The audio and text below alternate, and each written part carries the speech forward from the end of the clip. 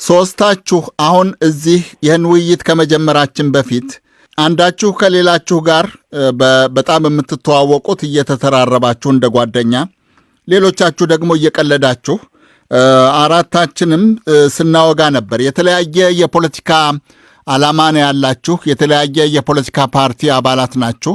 እንዲህ አይነት መግባባትና አንዱ ከሌላው ጋራ በፖለቲካው በራሱ መቀለድ ከአንድ 8-10 ዓመት በፊት ጭራሽ የማይታሰብ ነበረ።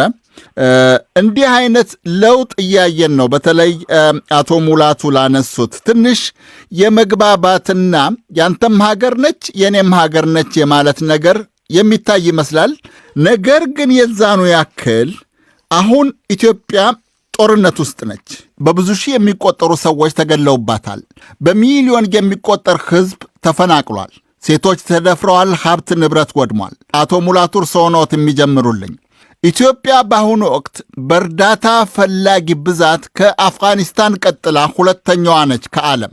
ይሄ ጦርነት በሰውና በሀብት ላይ ያደረሰውን ጥፋት በየግላችሁ ስትሰሙ ወይም ስታዩ ምንድን ነው የሚሰማችሁ? ጥፋቱን ለማስቀረት እንዲያው ሙሉ በሙሉ ባትችሉ እንኳን ለመቀነስስ በየግላችሁ ወይም በየፓርቲያችሁ ምን አደረጋችሁ? ምንድን ነው ለታናናሾቻችሁና ለልጆቻችሁ የምትነግሩት? አቶ ሙላቱ።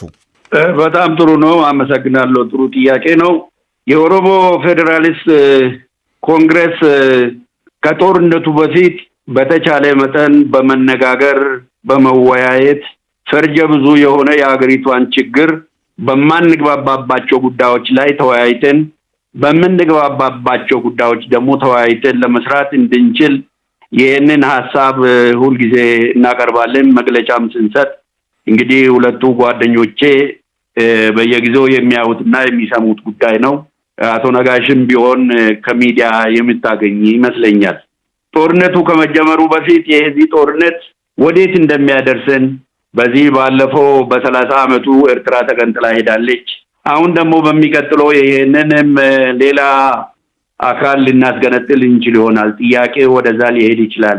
ህይወት ሊጠፋ ይችላል። ንብረት ሊወድም ይችላል። ይሄ በአንድ ፓርቲ በኢህአዴግ ውስጥ የተፈጠረ ልዩነት ስለሆነ እሳቱን ካነደዳችሁ የኢትዮጵያን ህዝብ ይፈጃል። ከዚህም ከዛም የሚጠፋው የሰው ህይወት የኢትዮጵያ ደም ነው።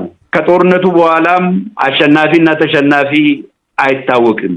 ስለዚህ በተቻለ መጠን ይሄንን ሰላማዊ በሆነ መንገድ የምናስወግድበትን ስርዓት እናብጅ፣ በጋራ ናሽናል ዳያሎግ ይደረግ፣ እንነጋገር የሚል ነበር።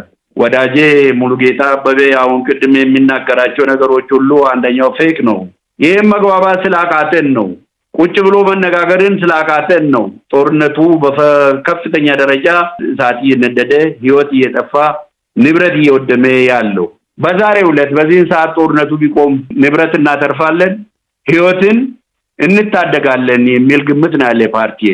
ጦርነት ኢኮኖሚን የሚጎዳ ነው፣ የታሪክ ጠባሳን ይፈጥራል። እኛ በበኩላችን በፓርቲያችን በዚህ በኩል ብዙ መግለጫ አውጥተናል። በዛ መግለጫ ሰበብም የጁንታው ደጋፊ ናችሁ ተብለንም ተወግዘናል። ይሄ የሀገር ጉዳይ ነው። አንዱ ሲደማ ሌላውን ሊሰማው ይገባል። አቶ ሙሉጌታ። አቶ ሙላቱ የተረዳበት መንገድ ግልጽ ባይሆንልኝም ያለፉ ዘመናት ሁሉ የምዕራባውያን እጅ ያለበት ጦርነትን ያካሄድ ነው የሚለው መወሰድ ያለበት ይመስለኛል። እንደ ድርጅት እውነት ለመናገር እንደውም አንድ ሁለት መድረክ ላይ አቶ ሙላቱና እኔ ተገናኝተንም ተከራክረናል። ምርጫ ይደረግ የሚል ውይይት በምናደርግበት ጊዜ ምርጫ መደረግ የለበትም ከሚል አቋም ነበር እኛ ያለ ነው። ምርጫ መደረግ የለበትም ስንል የተቋቋምንበትን መሰረታዊ ሀሳብና የፓርቲ ተልዕኮ ዘንግተን ሳይሆን ከምርጫ በፊት ብሔራዊ መግባባት፣ ሀገራዊ እርቅ መምጣት መፈጠር አለበት የሚል ጽኑ አቋም ነበረን። ምርጫው ራሱ አንዱን ችግር ፈቺ ነው ከሚሉ ድርጅቶች መካከል አንዱ አቶ ሙላቱ የሚመሩትና አቶ ሙላቱ ይመስሉኛል ቃል በቃልም ስለተነጋገር እንደተባለው ምርጫ ችግሩን የሚፈታው ከሆነ ኢትዮጵያ ከዳነች ብለን ወደ ምርጫ የገባንበት ነው። ለመንግስትም ለሁሉም በጋራ ምክር ቤት ህወሓትም ፓርቲ እንደነበር አሸባሪነት ሳይፈረጅ ሌሎቹም ፓርቲዎች ባሉበት ኢትዮጵያ እንደ ሀገር ትቀጥል የሚለው ላይ ስምምነት ያስፈልገናል የሚል ጽኑ አቋም ይዘን ጥረት አድርገናል። ግልጽ ደብዳቤዎችን ጽፈናል። ብዙ ጥረት አድርገናል። አቶ ሙላቱም ያውቁታል ይሄንን። ያንን ሁሉ ጥረት አድርገን ወደ ስምምነት መምጣት ባለመቻሉ እንደሚታወቀው ጥቅምት 24 ቀን የኢትዮጵያ የሀገር መከላከያ ሰራዊት ከጀርባ ተወግቶ ጦርነቱ ተጀመረ። ይህም ብቻ አይደለም። በመላ ሀገሪቱ ለ3 ዓመት ሲፈነዳ የነበረውና ሲፈስ የነበረው የሰው ደም የ27 ዓመት ሂሳብ አላልቅ ብሎ 3 ዓመቱንም ቀጥሎ ይሄ ሲያተራምስ የቆየ አካል በምን አይነት መንገድ ጦርነት ሊቆም ይችላል? ኢትዮጵያ ብታሸንፍም አላሸነፈችም፣ ብትሸነፍም አልተሸነፈችም የሚለው ብሂል እኔን አይገዛኝም። ኢትዮጵያ ሉዓላዊነቷን አስከብራ እንደ ሀገር ልትቀጥል የምትችለው በጦርነት አሸናፊነት ብቻ ነው ብለን እናምናለን። ስለዚህ ንግግር አያስፈልግም ማለት ነው አቶ ሙሉጌታ፣ በእርስዎ እምነት ወይም በፓርቲው? ንግግር አንደኛ ጊዜው አለፈበት። ብዙ ጥረት አድርገን በመንግስትም በኩል ባኮረፈውም አካል በኩል ለውጥ ሊያመጣ ንግግር ጠብ የሚል ንግግር ማድረግ ስላልፈለጉ አገሪቱ ተገዳ ወደ ጦርነት ገብታለች። ተገዳ የገባችበትን ጦርነት በአሸናፊነት መወጣት አለባት። እኔ የሽማግሌ ሀገራትም የመሀል ዳኛ የሆኑ ሀገራትም የማይገቡኝ በአሜሪካ አስተዳደር አንድ ስቴት ተነስቶ መከላከያ ኃይሏን ወግቶት ቢሆን እንነጋገር ትላለች ወይ? አሸባሪ ብላ የፈረጀችውን ቡድን ቁጭ ብላ ተነጋግራለች ወይ? ይሄ ቡድን አቶ ሙላቱ እንደሚያውቁት ራሱ የሰበሰበው በሐሰት ድምፅ የሰበሰበው ምክር ቤት ነው አሸባሪ ብሎ የፈረጀው። እኛ አይደለንም ያልነው። የኢትዮጵያ እናቶች፣ የትግራይና የአማራ እናቶች የጦርነት ድምፅና የጩኸት ድምፅ እንዳይሰሙ ጥረት ስናደርግ እንዲህ ብለው የገቡበትን ጦርነት ዛሬ ቢቆም በሀሳብ ከሆነ እኛም እንስማማለን። እንዴት ሊቆም ይችላል? ድርድርስ ምን አይነት ነው? ንግግርስ ምን አይነት ነው? ከዚህ አልፏል የሚል ነው እንጂ የጦርነት ናፋቂነት አይደለም እየሰጠን ያለ ነው ሀሳብ።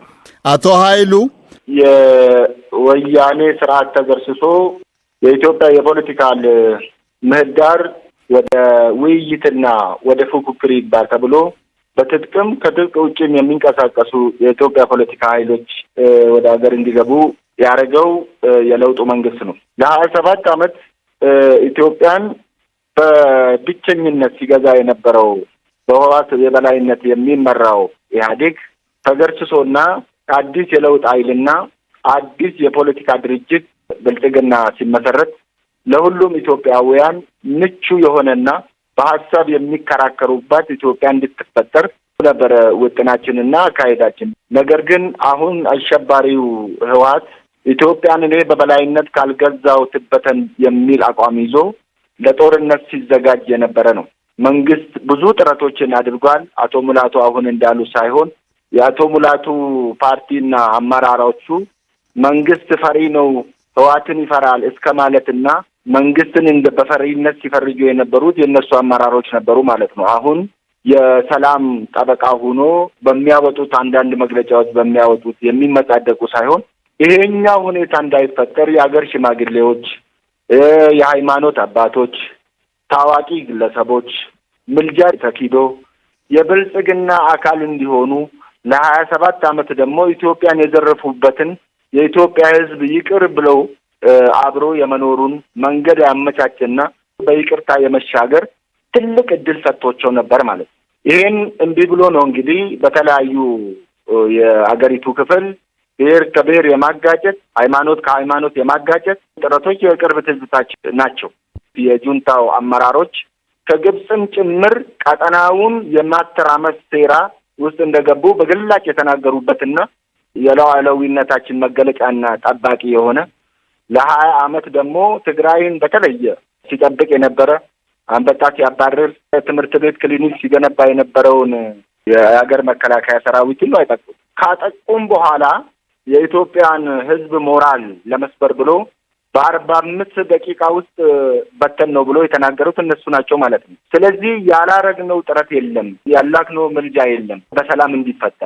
ይሄኛውን የተረዱ ከአቶ ሙላቱ ፓርቲ ካልሆነ በስተቀር ሁሉም ማለት ይቻላል ከውስጥና ከውጭ የተቃጣብንን ጥቃት ለመቀልበስ በአንድ ልብ የተነሳበት ካልሆነ በስተቀር የአቶ ሙላቱ ፓርቲ አመራሮች መቀሌ በግላጭ ሲመላለሱና የፌዴራሊስት ኃይሎች ተብሎ ሲዶልቱ የነበረ ኋላም ደግሞ ጁንታው ተመልሶ ይመጣል ከሚል አኳያ ራሳቸውን ከምርጫ ያገለሉበትና የተስፋ መቁረጥ ውስጥ የገቡ ካልሆነ በስተቀር ፈልገነው የገባንበት ሳይሆን የሁሉና ጉዳይ ሆኖብን ነው ማለት ነው። ኢትዮጵያን ለማፍረስ ሲኦል ድረስ ይሄዳለሁ ብሎ ዝቶ የተነሳን አካል እሱ በለኮሰው እሳት ለብልቦ ማጥፋት ካልሆነ በስተቀር ማንም የሰውን ድንበር አልፎ ግፍ በሌላ ላይ ፈጽሞ እነሱን ለማጥቃት የተነሳ አለመሆኑን እነሱ ጭምር ያውቁታል ማለት ነው።